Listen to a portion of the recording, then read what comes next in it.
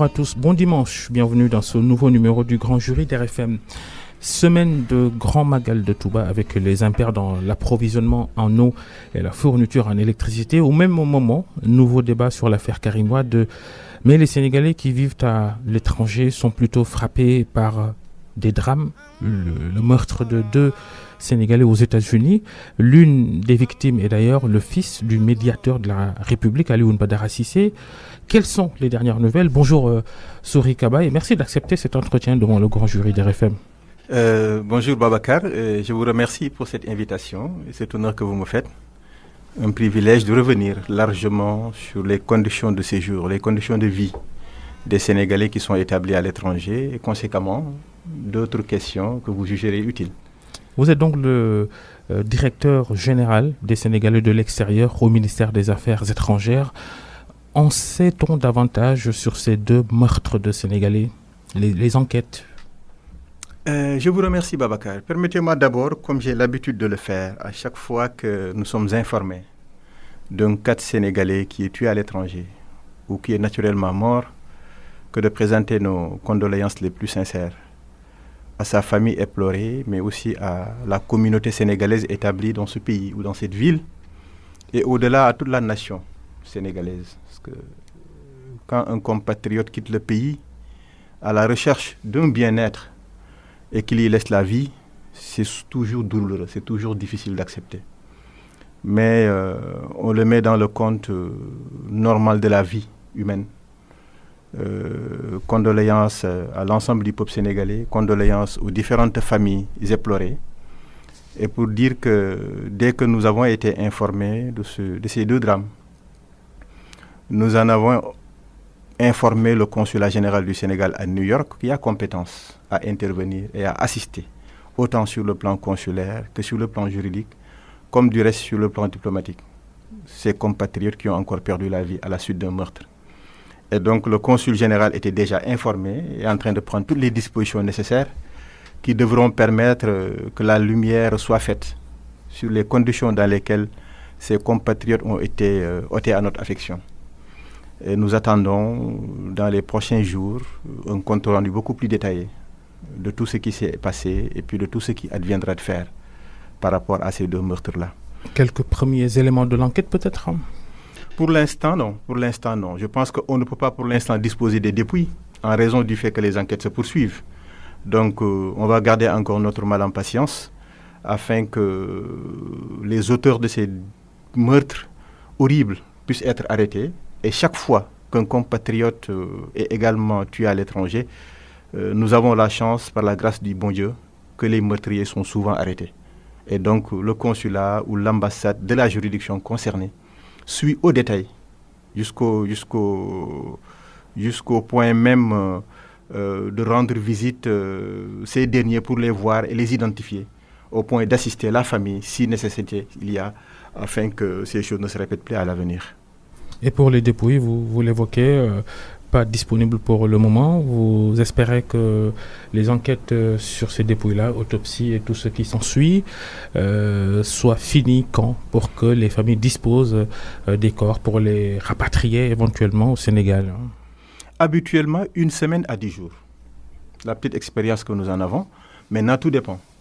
Tout dépend. Parce que si la police en charge de ces enquêtes ne juge pas encore utile de pouvoir libérer la dépouille, afin que les familles puissent en disposer et que l'État les accompagne pour qu'ils puissent être rapatriés au Sénégal, on ne peut pas l'exiger. Mais traditionnellement, 1 semaine à 10 jours est la bonne durée nécessaire pour que nous puissions en disposer. Les États-Unis sont-ils le pays le moins sûr pour les Sénégalais et pour les ressortissants de pays étrangers en général en termes de sécurité? Je pense qu'en termes de taux de criminalité, de par les informations dont on dispose, le Brésil est le pays le plus exposé, où le taux de criminalité est beaucoup plus élevé. Et pourtant, les compatriotes sont souvent protégés ou se protègent eux-mêmes de ces actes criminels-là. C'est vrai qu'aux États-Unis, chaque année, on est au moins entre 2 ou 3 cas en moyenne. Depuis le début de l'année, ces 2 cas enregistrés font que nous sommes à 6 meurtres sur des Sénégalais à l'étranger. L'année dernière, à pareil moment, on était sur 15 compatriotes qui ont été tués. Rendons grâce à Dieu qu'il n'y ait plus de Sénégalais tués. C'est ça notre souhait. Mais malheureusement, le bon Dieu, souvent des actes de cette nature-là, le Sénégalais, il est à un lieu, à un mauvais moment. Mais qu'a priori, qu'on ne considère pas que les Sénégalais font l'objet d'une chasse aux sorcières, comme une certaine opinion la laisserait croire. Ce n'est pas le cas. Et au niveau du Sénégal, les forces de défense et de sécurité auraient du mal à mettre un policier, un gendarme derrière chaque Sénégalais. Qu'en est-il encore de l'étranger? C'est encore beaucoup plus difficile. Ce qu'on peut faire et qu'on a l'habitude de faire, c'est de demander aux pays d'accueil de protéger les étrangers parmi lesquels les Sénégalais. Parce qu'il revient à ce dernier, à ce pays-là, qui a la souveraineté de protéger tous ceux qui sont dans son territoire, de protéger les étrangers et donc les Sénégalais. Nous ne manquons pas, à chaque fois que l'occasion nous est offerte, d'attirer leur attention sur ça et que les Sénégalais ne puissent pas faire l'objet d'une chasse aux sorcières comme on laisserait le croire. Vous dites que depuis le début de cette année 2019, 6 Sénégalais ont été assassinés à l'étranger. Est-ce que vous mettez dans ce compte cet autre Sénégalais, il y a quelques jours, qui meurt poignardé près de Limoges en France? Oui, tout à fait. Vous êtes-vous saisi de cette affaire-là? Absolument, absolument. Ne serait-ce que ça fait 48 heures, sur instruction du secrétaire d'État, on en a longuement parlé avec le consul général, afin que nous puissions rapidement disposer... Le secrétaire d'État au Sénégal de l'extérieur, c'est cela. Les familles de Sénégalais morts à l'étranger, comme celui dont on évoquait le cas, qui est mort près de Limoges en France, ces familles peinent souvent à rapatrier les corps au Sénégal pour inhumation. Ce n'est pas l'affaire du ministère des Affaires étrangères? Absolument, absolument. À ce niveau-là, il y a un motif de satisfaction à dire. Un grand chapeau au président de la République. Parce que je le rappelle, et je ne cesse de le rappeler, en 2012, quand il arrivait au pouvoir, le seul outil dont disposait le ministère des Affaires étrangères pour assister les compatriotes qui sont dans cette situation-là était un outil alimenté à hauteur de 40 millions de francs CFA. 40 millions, c'est à peine que tu réussiras à faire 5 ou 6 dépouilles. Et le président de la République l'a considérablement amélioré en l'amenant à 540 millions. Ces 540 millions font l'objet d'une répartition dans les différents postes diplomatiques et consulaires. Parce que dès lors qu'il s'agit d'assister, dès lors qu'il s'agit de précarité, dès lors qu'il s'agit d'action humanitaire, il faut être rapide. Donc, il a pensé que le mieux, c'était que l'argent soit mis à la disposition des postes diplomatiques et consulaires qui leur permettent d'intervenir à chaque fois que de besoin et de justifier l'argent. Donc, cette caisse, aujourd'hui, permet effectivement à chaque fois, et c'est le principe de fonctionnement de cette caisse, qu'un compatriote est tué, systématiquement, l'État du Sénégal s'engage à rapatrier la dépouille. Maintenant, si ce n'est pas un meurtre, que ce soit le cas de mort naturelle, là, tout dépendra de la volonté du ministre. Parce qu'il suffira de voir, selon les demandes qu'il reçoit au quotidien, le nombre de Sénégalais rapatriés, la disponibilité financière pour prendre une décision. Mais le principe, par rapport à cette assistance au rapatriement des dépouilles, c'est que chaque fois que c'est un cas de meurtre, c'est l'État du Sénégal qui s'engage à le faire. Et ce sont des instructions qui sont strictement mises en œuvre et qui proviennent du chef de l'État. On parle de la vie des Sénégalais de l'extérieur. Des conditions parfois difficiles. Il n'y a pratiquement de travail, la précarité. Le gouvernement a essayé des schémas pour dissuader certains de rester, de rentrer au pays. Mais apparemment, il n'y a pas suffisamment de garanties pour demander aux Sénégalais de rentrer au Sénégal et de pouvoir vivre décemment, malgré les nombreuses initiatives. 30% des logements sociaux sont réservés aux Sénégalais de l'extérieur aujourd'hui. 20% des surfaces à vocation agricole sont réservées aux Sénégalais de l'extérieur. Des mécanismes de financement, des dispositifs d'accueil, d'accompagnement et de réintégration sont également disponibles. Mais dans quelles conditions?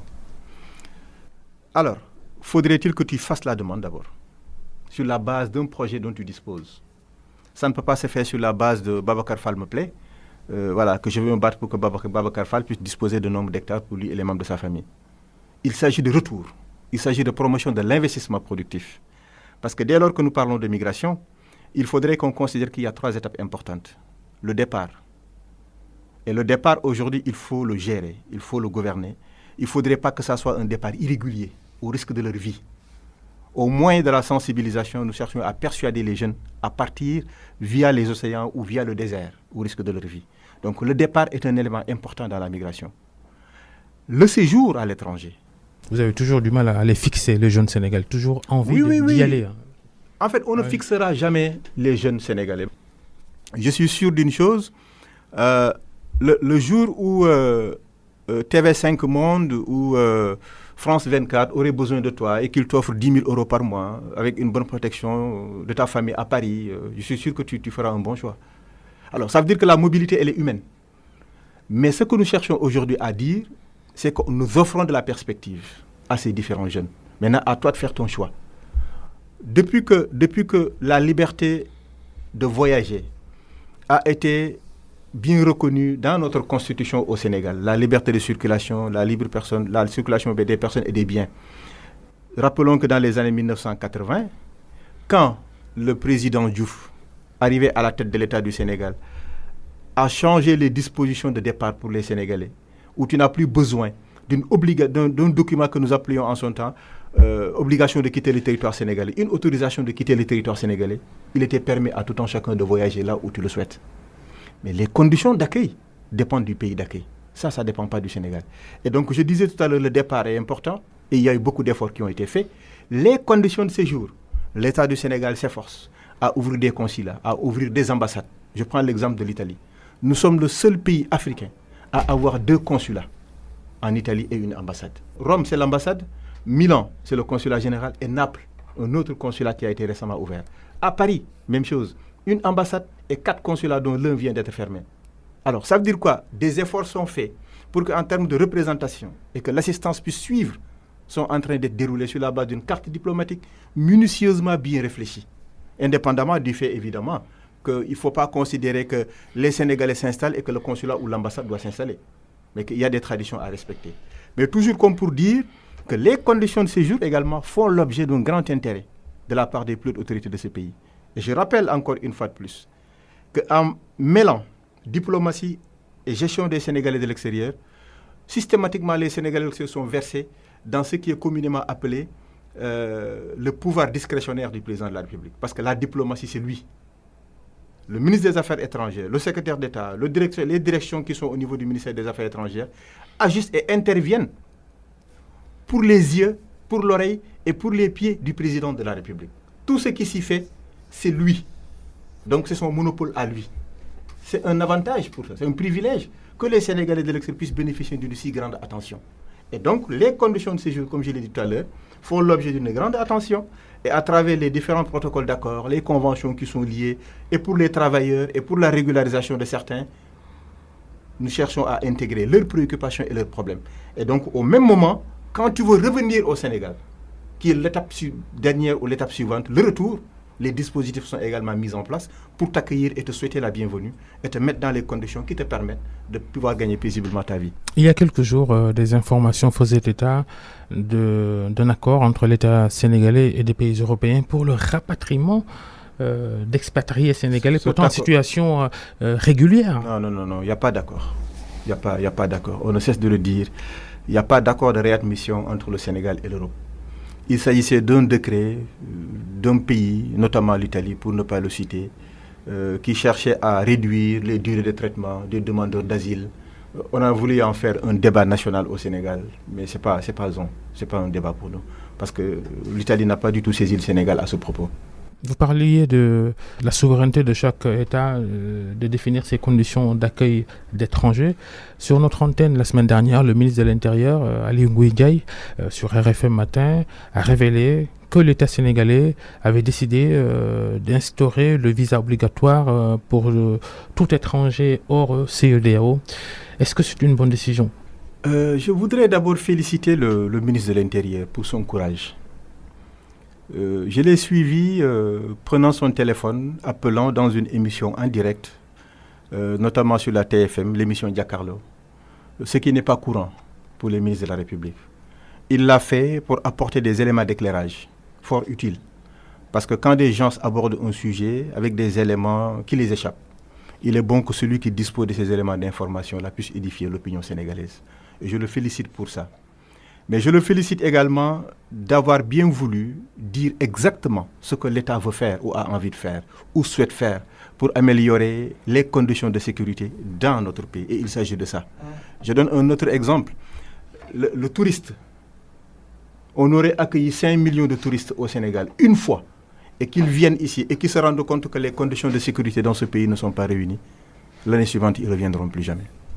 Donc, au lieu de parler, ou avant de parler d'impact sur le tourisme, essayons de voir dans quelles conditions ce touriste doit être accueilli. Et qui est-il ce touriste-là? Et pour répondre à ces questions, il est inévitable que nous puissions parler de conditions d'entrée. Et toujours dans les rappels, les visas n'ont jamais été supprimés au Sénégal. Pour certains pays, oui, mais pour d'autres, il était encore de rigueur. Et il a tenu également à le rappeler de manière claire et transparente. Maintenant que le Sénégal considère que l'environnement sécuritaire dans lequel il se trouve l'expose, rendons grâce à Dieu, nous sommes l'un des rares pays africains à ne pas encore avoir été victime d'attentats pour raison de terrorisme. Donc il faudrait qu'on soit davantage bienveillant, bien régulier pour que ces choses-là ne se répètent pas, ne se réalisent pas dans notre pays. Et donc oui, c'est pour des questions de sécurité. Et je pense qu'il a parfaitement raison, parce que lui, au moment où les Sénégalais dorment, lui et ses services veillent sur eux.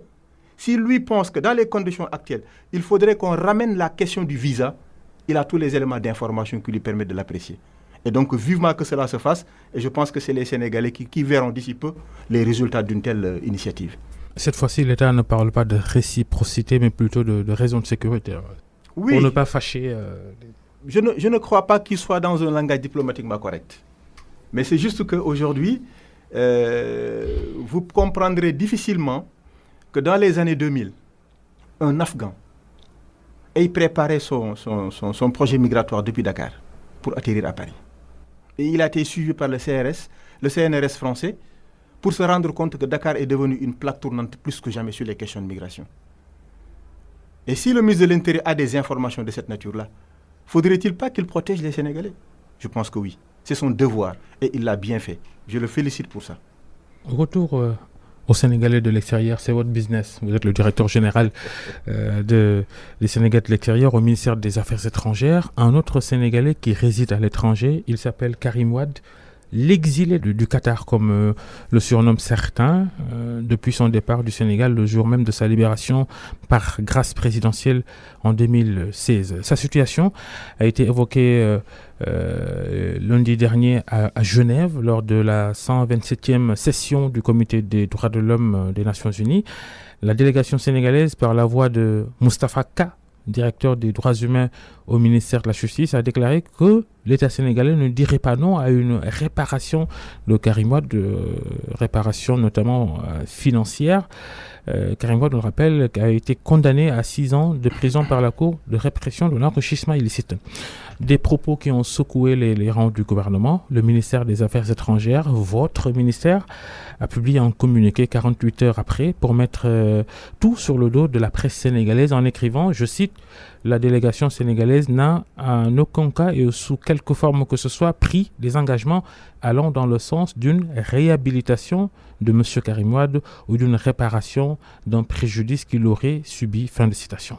On a là, sur Rikaba, aussi bien une étonnante déclaration devant le Comité des droits de l'homme des Nations Unies qu'un étonnant démenti de votre part.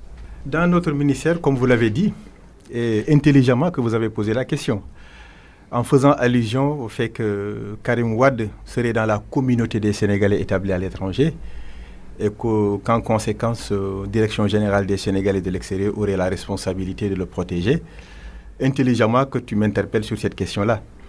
Alors qu'en vérité, dans un ministère, il est si bien organisé, à telle enseigne que chacun s'occupe de quelque chose. La direction générale ne s'occupe pas des questions qui sont liées au comité des droits de l'homme. Je ne le dis pas. Oui, je vais y arriver. Vous êtes un fonctionnaire de ce ministère-là. Oui, je vais y arriver. Laisse-moi terminer, s'il te plaît. Je te comprends très bien. Mais il est toujours bon de préciser les choses pour que dans ma réponse, que les gens ne voient pas une fuite en avant. Parce que moi, je ne suis pas dans la langue de bois. Ces précisions sont importantes parce que ceux qui nous écoutent, que nous cherchons à édifier.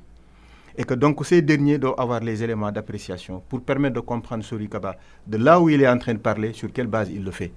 Et donc je disais qu'au sein du ministère, chaque direction s'occupe de quelque chose. Donc nous nous occupons des Sénégalais établis à l'étranger et c'est sur cette base-là que nous avons appris, et bien appris d'ailleurs. Je félicite d'ailleurs le ministre des Affaires étrangères parce qu'il n'aurait pas fait ce communiqué-là. Ça allait encore être plus grave. Au moins, il a posé un débat pour réorienter là où la presse a voulu plus ou moins, même pas la presse, mais peut-être que la presse aussi fait que relater des faits et des réalités.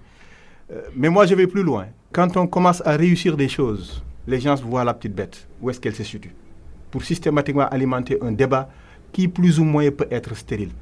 Et de mon point de vue, en voulant dire ou voulant faire dire à une délégation sénégalaise qui a pris la parole devant le Comité des droits de l'homme à la 120e session, serait à mon avis une manière de vouloir laisser comprendre aux Sénégalais qu'il y avait une dynamique de compromission quelque part entre M. Wade. Voici ce qui s'est passé sur Rikaba dans cette réunion. Un expert et juriste tunisien, l'expert et juriste tunisien Yad Ben Achour, qui rappelle les conclusions du comité en novembre dernier. La déclaration, ces termes-là utilisés en novembre, la déclaration de culpabilité et de condamnation contre l'auteur doit être réexaminée pour parler de Karim Wade. La question qu'il pose à la délégation sénégalaise est la suivante. Qu'en est-il de l'exécution de ces constatations? Où en sommes-nous? Réponse de Moussa Faka, le directeur des droits humains au ministère de la Justice du Sénégal. D'après lui, il est trop tôt pour savoir si l'affaire peut être réexaminée. Par contre, la porte semble entrouverte pour une réhabilitation de Karim Wade. Moussa Faka déclare: le Sénégal ne refuse pas d'indemniser, mais pourvu que l'intéressé puisse venir se présenter afin que les juges compétents puissent déterminer l'ampleur du préjudice. On est prêt, dit-il. Si l'intéressé saisit les juridictions compétentes en vue de sa réparation, il n'y a aucun obstacle à ce que cette déclaration soit allouée par l'État du Sénégal. C'est tellement clair, c'est limpide, c'est net. Mais je ne vois pas la contradiction avec le communiqué. Là, Moustapha, comme vous l'avez dit, en lui prêtant ses propos, a posé tellement de conditionnalités que le communiqué a repris autrement. Le communiqué qui a été produit par le ministère des Affaires étrangères a essayé de montrer effectivement toutes les conditionnalités supposées être réalisées avant que quoi que ce soit ne se fasse. Mais il n'y a pas eu un engagement formel qui aurait pu plus ou moins laisser comprendre au lendemain des retrouvailles Wade-Macky qu'il y a eu une dynamique de compromission pour qu'un certain Karim Wade soit plus ou moins, je ne sais pas comment... réparé. Voilà, carrément réparé parce qu'il y a eu un deal entre Wade et certains ont laissé croire cette idée-là. Et ça va dans ce même sens-là, cet argumentaire. Il y a suffisamment d'éléments qui peuvent faire croire à cela. Je vous laisse la responsabilité de ces propos. Parce que le communiqué du ministère des Affaires étrangères est même allé à un certain moment sur certains détails qu'on n'a pas l'habitude de voir. Si on se rappelle très bien des différents communiqués qui sont produits. Mais on avait voulu permettre aux Sénégalais de comprendre exactement ce qui s'est passé en parlant de réponse à un des experts du comité. Ça, d'habitude, ça ne s'entrevoit pas dans son communiqué. Ça a été le cas pour permettre aux Sénégalais de mieux apprécier ce qui s'est réellement passé. Quand quelqu'un pose une question, il faut qu'on la réponde. Et il y a une réponse qui a été donnée.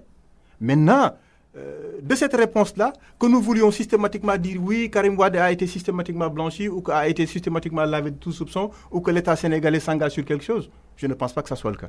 Et ce n'est que dans ces conditions-là que le communiqué a tenu à préciser dans quelles conditions ce débat a eu lieu et le contexte également dans lequel ce débat a eu lieu. Que dit-on au ministère, à mon avis, de le dire. Que dit-on au ministère des Affaires étrangères que le directeur des droits humains du ministère de la Justice a été maladroit?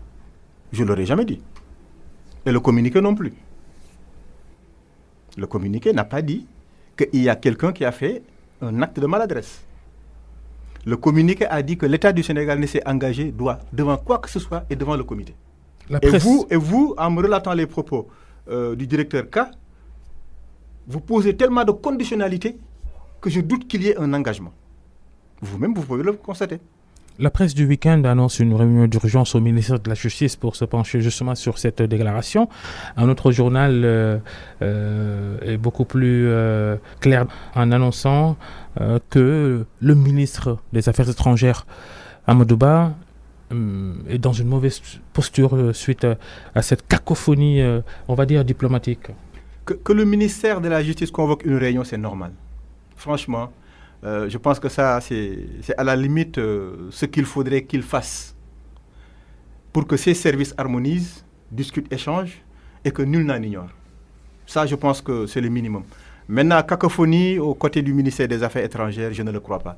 Parce que je l'ai dit tout à l'heure, le ministère des Affaires étrangères est un ministère de souveraineté. Le ministre Amadou Ba ne prend jamais l'initiative de sortir un tel communiqué sans pour autant que le président de la République en soit informé. Et pour cette raison, je ne crois pas qu'il prenne l'initiative à lui seul. En tout cas, pour la petite expérience que j'en ai, l'oreille, l'œil, les pieds pour se déplacer du président de la République, c'est le ministre Amadou Ba à l'étranger. Tout ce qu'il fait, tout ce qu'il dit, il en discute avec le président de la République avant de le dire ou avant de le faire. C'est ça le pratique, c'est ça le principe. Et il n'a pas dérogé à cette règle, j'en suis persuadé. Amadou Ba, Macky Sall, tout va bien entre les deux? Mais pourquoi ça devrait affecter ce... un président de la République qui nomme aux fonctions civiles et militaires, qui nomme un gouvernement sur la base de la proposition du Premier ministre, qui nomme M. Amadou Ba ministre des Affaires étrangères et des Sénégalais de l'extérieur. Il a toute la latitude, s'il pense que cet homme-là ne fait plus l'affaire, de l'enlever. Mais s'il le maintient encore, qu'il bénéficie encore de sa confiance. Et c'est le cas. On le présente à Amadou Ba comme un super puissant ministre. Et c'est heureux qu'il soit un super puissant ministre. Parce qu'on a l'habitude de piétiner même souvent certains ministres dans notre République, considérant que la seule personne qui décide ici, c'est le président de la République, que tous les autres sont à la limite ses hommes de main, ses comparses. Donc il est bon qu'on ait des personnes de fortes personnalités qui ont de la vision, qui cherchent à impulser une dynamique toute nouvelle, innovante, et qui mettent le Sénégal dans les rails de l'émergence conformément au vœu et à la volonté du chef de l'État. Et ça, il en a besoin, lui, chef de l'État, pour que nous ayons des gens comme Amadou Ba, des gens comme le ministre de l'Intérieur, des gens comme Abdoulaye Daouda Diallo, qui connaissent bien ce qu'ils font, qui ont suffisamment d'envergure, qui ont de la force de personnalité et qui cherchent plus ou moins à apporter leur part de contribution ou de construction de cette nation sénégalaise qui, depuis les années 60, peine encore à être émergente. Amadou Ba est votre ministre de tutelle. On lui prête les ambitions présidentielles, des ambitions de succéder à Macky Sall. Vous avez cette perception-là? Vous le côtoyez? Très honnêtement, non. Très honnêtement, non. Et vous l'avez dit tout à l'heure, quand je me concentre sur le travail du fonctionnaire, je ne dois pas aller au-delà. La politique a ses propres réalités. Et que vous êtes vous-même politique, donc oui, il ne faut pas se voiler la face. Non, je ne me voile pas la face. Parce que vous m'auriez dit le militant de l'APR tout au début de l'émission, exclusivement militant APR, peut-être que j'aurais fait un commentaire différent. Parce que moi, je considère que le militant a la liberté de faire une analyse et de partager son analyse. Mais quand tout état de cause... Alors votre opinion politique sur ce débat dans votre parti politique, dans votre camp politique sur les ambitions des uns et des autres de succéder à Macky Sall? Notre constitution oblige le président de la République à ne pouvoir faire que 2 mandats renouvelables. Donc ce qui est clair, c'est qu'il est dans le dernier mandat et que donc la constitution l'interdit à faire un 3e mandat. Qui sera le futur président de la République du Sénégal? Personne ne sait. Sur le 3e mandat, vous êtes très clair, contrairement à certains de vos camarades qui laissent entrevoir une autre possibilité pour Macky Sall. Non, moi je n'entrevois rien. Au-delà du réel, on ne fait plus de la politique. Moi je suis dans le réel. Le président de la République a d'ailleurs clos ce débat. Notre constitution a été verrouillée, 2 mandats, pas plus. On n'est pas dans des phénomènes de principe de rétroactivité, où le premier mandat en fait partie. Non, moi je ne suis pas dans ce débat-là. Ça, c'est un aspect. L'autre aspect, dès lors qu'en 2024, des élections présidentielles devront s'organiser, je pense que Babacar Fall a la possibilité de commencer à affûter ses armes pour être candidat en 2024. Il a le droit. Que ce soit Amadou Ba, que ce soit Sori Kaba, que ce soit Aïdara, que ce soit le citoyen sénégalais qui jouit de ses facultés et de tous ses droits pour pouvoir être président de la République en bonne et due forme, a le droit de prétendre y être. Quelqu'un comme Aliou Sall, le frère cadet du président Macky Sall, maire de Guédiawaye, estime que ces gens qui ont déjà des ambitions de succéder à Macky Sall, ils doivent tout de suite prendre la décision de sortir, par exemple, du gouvernement, de commencer leur bataille. Mais il ne faut pas qu'ils soient avec Macky Sall et avoir ces ambitions-là derrière la tête. Je partage son opinion. Parce que c'est déloyal aussi. Tout en sachant que si jamais le choix du parti se porte sur Babacar Fall, que moi, Sori Kaba, je ne serai pas d'accord et que je reste dans le parti, même si a priori, on n'a pas encore choisi Babacar Fall. Mais quand même, quand je suis sûr que quelle que soit la personne qui sera choisie, si ce n'est pas moi, je vais quitter, très tôt tu le dis, et mieux vaut que tu sois mieux loyal avec le président de la République. Et je considère que cette proposition de Aliou Sall, elle n'est pas mauvaise.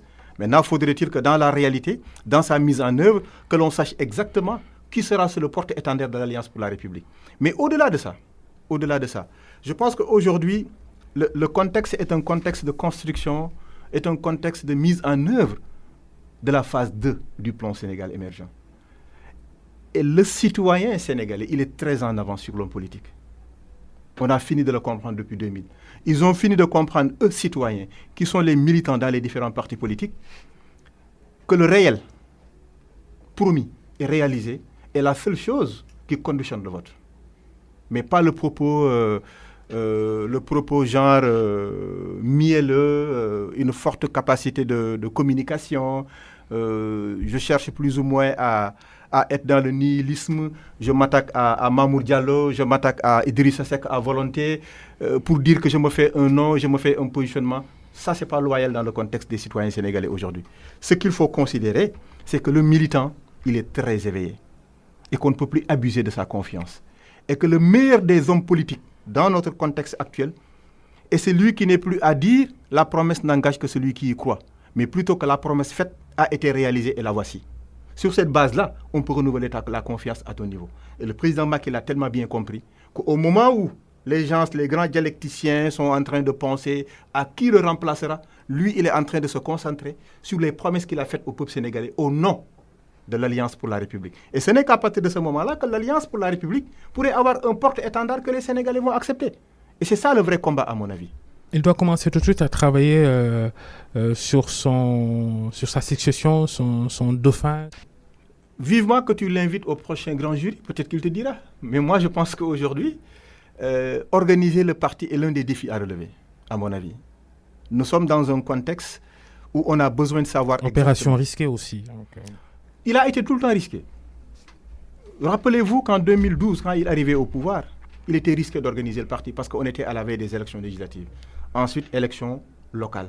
Ensuite, élections présidentielles. Aujourd'hui, c'est encore risqué parce que nous sommes en perspective d'élections locales, encore d'élections législatives et présidentielles. Donc, le contexte sera toujours risqué. Mais le militant, il a besoin d'être encadré. Il a besoin d'être organisé. Il a besoin d'être informé et formé. Et ces principes de base dans un parti de masse qui aspire à diriger pour des décennies doit être un parti très organisé avec une véritable machine électorale. Et pour la petite histoire, il y a eu à un moment donné un débat au sein de l'Alliance pour la République. Oui, le président Macky a tendance à davantage faire la part belle aux partis qui le soutiennent qu'à ses propres militants et à ses propres responsables. Mais c'est normal, parce qu'il n'est pas arrivé lui seul au pouvoir avec le concours exclusif de ses militants. Il est arrivé au pouvoir avec le concours d'un ensemble de partis qui ont accepté de renoncer pour lui. Et à ce niveau-là aussi, il a fait preuve d'un vrai leader en respectant ses engagements à leur endroit. On se rappelle que la coalition qui était au pouvoir en 2000 n'a pas tenu un an. Moustapha Niasse a quitté la tête de l'État du Sénégal en tant que Premier ministre. Et la coalition a éclaté au grand jour. La coalition qui a amené le président Macky Sall au pouvoir est encore avec lui au pouvoir, sur la base des engagements que lui a pris et auxquels il a tenu à respecter en sacrifiant certains de ses responsables. Et c'est ça le prix à payer. Vous parlez de votre parti, votre situation personnelle, puisque vous êtes militant de l'APR à Fatick. Vous avez, je vous ai entendu sur RFM, déclarer à 2 reprises votre candidature à la mairie de Fatick. À Fatick, il y a un maire qui s'appelle Matarba, que vous ne cessez d'attaquer d'ailleurs sur sa gestion. On appellerait ça peut-être, dans votre contexte, de l'indiscipline de parti, puisque chez vous, quand le chef décide, personne ne parle. Et c'est Macky Sall qui avait porté son choix sur Matarba pour diriger la commune de Fatick. Un peu de rébellion de votre part alors? Alors là, je ne pense pas que je sois très indiscipliné. Je suis un militant très discipliné, un militant d'appareil qui croit à son leader, qui croit à son appareil. Mais j'aurais choisi de critiquer Matarba que de critiquer le président Macky. Et j'oriente les critiques des Fatigouas vers Sori Kaba, vers Matarba, que vers le président lui-même. Dans notre parti, le président Macky est l'un des rares à faire de la haute politique. Tous les autres, à la limite, sont dans des positionnements, sont dans des politiques de bas niveau. Désolé de le dire, mais lui, il m'inspire.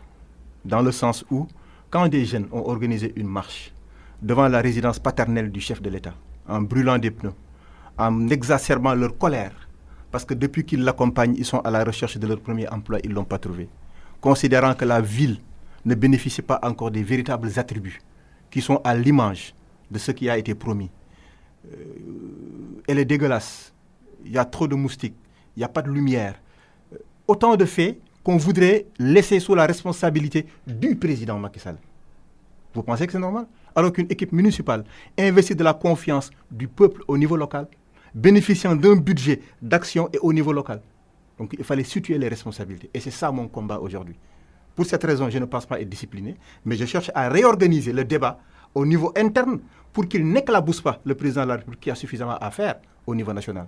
Et donc, aujourd'hui, mon pari, il est gagné. Parce que depuis que j'ai pris la responsabilité de poser un débat local, dans la perspective de lui, ce qu'il donne comme contenu local, en perspective des élections à venir, que les cadres de chaque localité étant les premières ressources sur qui la localité doit compter, si nous ne nous manifestons pas, nous sommes tous coupables, complices. Posons un débat serein, dépersonnalisé, et essayons de faire avancer les véritables dynamiques qui profiteront aux populations. Est-ce que pour vous, Macky Sall, il s'est trompé en choisissant Matarba pour diriger la liste de Benno aux dernières élections municipales de Fatick? Pour vous, c'était pas un bon choix? C'était pas le meilleur profil? Je ne dirais pas qu'il s'est trompé, parce qu'il n'est pas le seul maire où la gestion ou le bilan est critiqué. Je voudrais rappeler que lors du dernier Conseil des ministres, un acte a été posé pour le report des élections locales. On reporte parce que l'échéance est arrivée. Depuis juin. Depuis juin, tous les maires, les conseils municipaux ont fini d'exécuter leur mandat. Ça veut dire que si les élections étaient tenues à date échue, on aurait fait un débat sur le bilan. Et ce débat-là, il faut qu'on l'ait.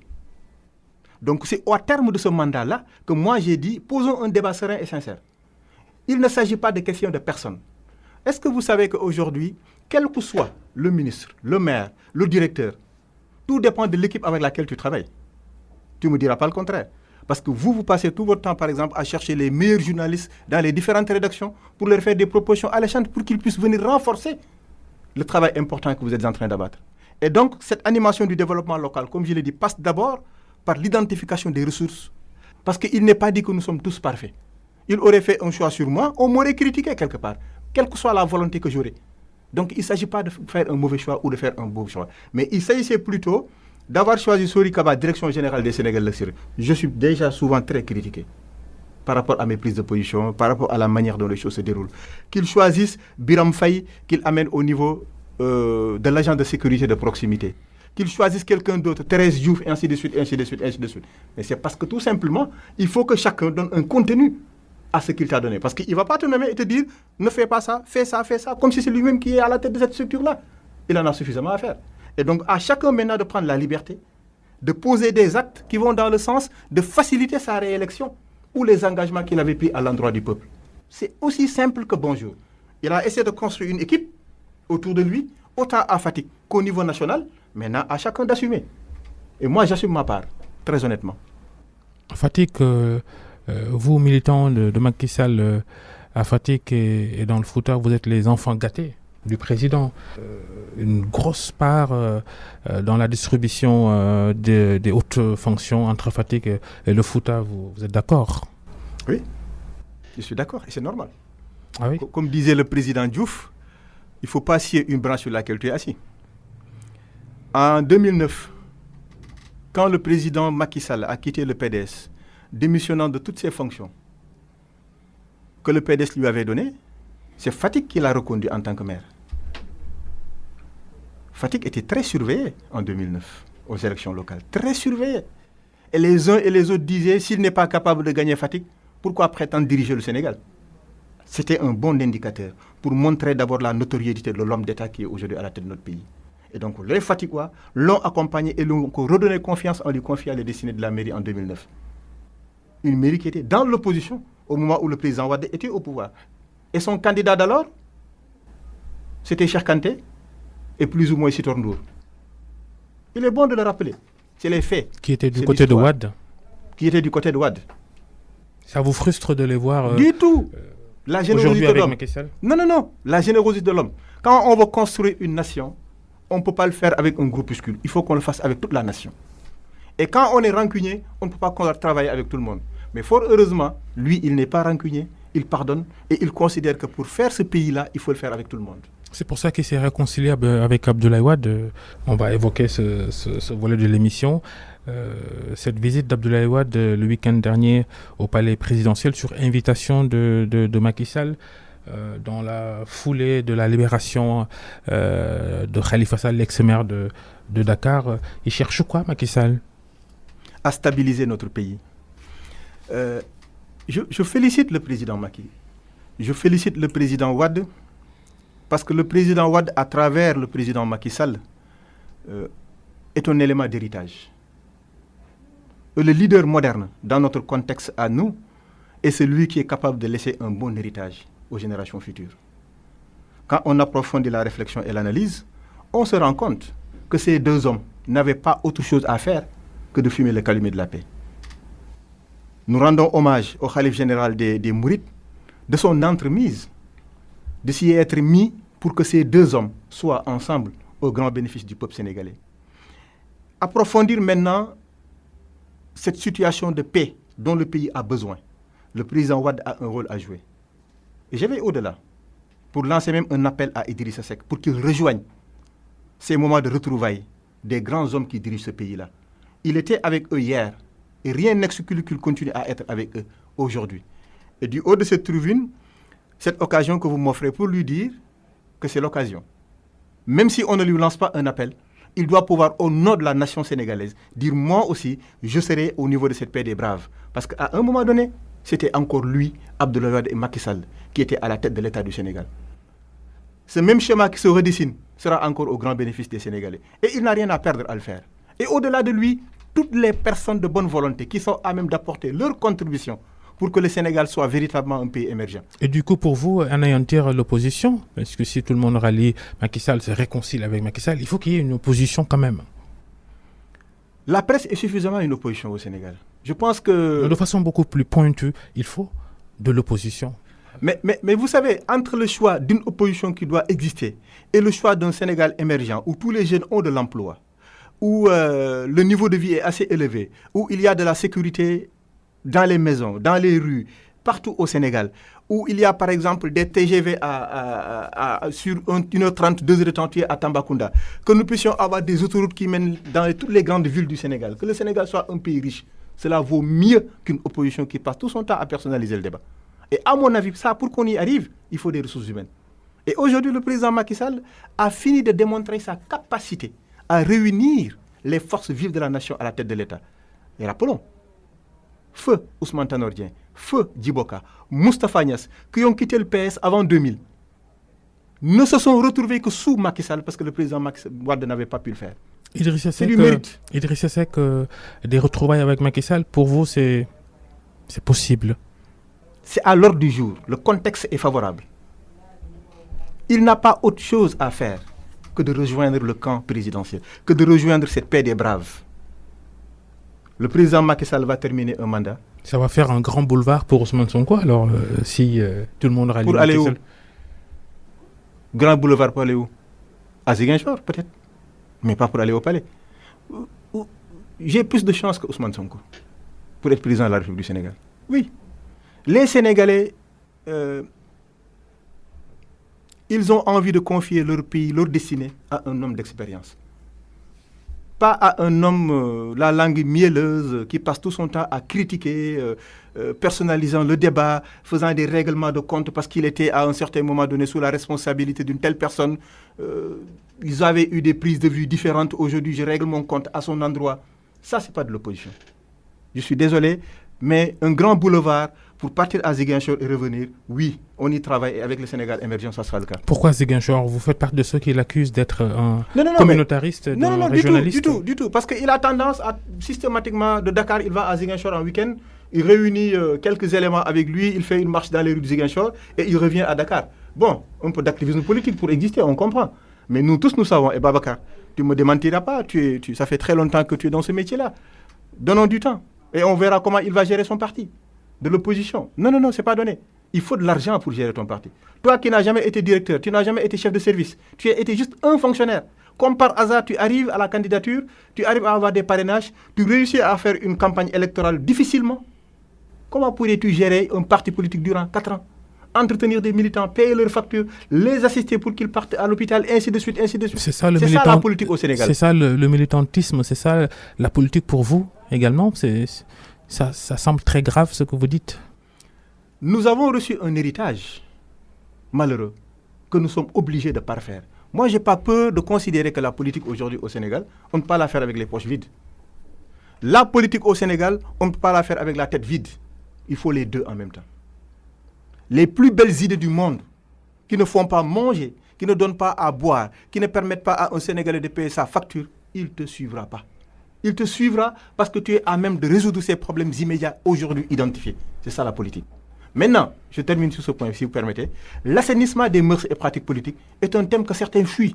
Mais il ne faut pas qu'on le fouille. Il faut qu'on le pose et qu'on l'aborde sereinement et qu'on essaie de voir les modalités de mise en œuvre. Mais je suis partisan de l'assainissement des mœurs et pratiques politiques au Sénégal. On retourne pour 30 secondes à vos fonctions officielles au sein de l'État. Vous êtes directeur général des Sénégalais de l'extérieur au ministère des Affaires étrangères. En même temps, Macky Sall qui fait revenir le secrétariat d'État aux Sénégalais de l'extérieur. Doublon. Renforcement institutionnel, oui. La tâche, elle est immense.